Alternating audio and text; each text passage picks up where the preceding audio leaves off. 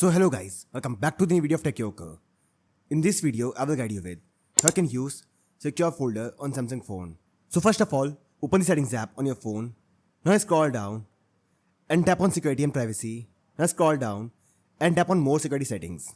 Now here tap on secure folder, tap on more and then tap on continue. Tap on more, tap on continue and this will start creating secure folder. Wait for a few minutes.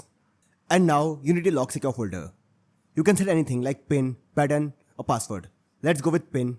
Set the pin. Tap on OK. Tap on allow. Tap on next. Now tap on next. Tap on done. And this will create secure folder on your phone. Now you can save here anything like photos, videos, files and even apps. Now go back to the home screen. And once you do this, this will lock secure folder. Now to open secure folder, open it. And this will open secure folder.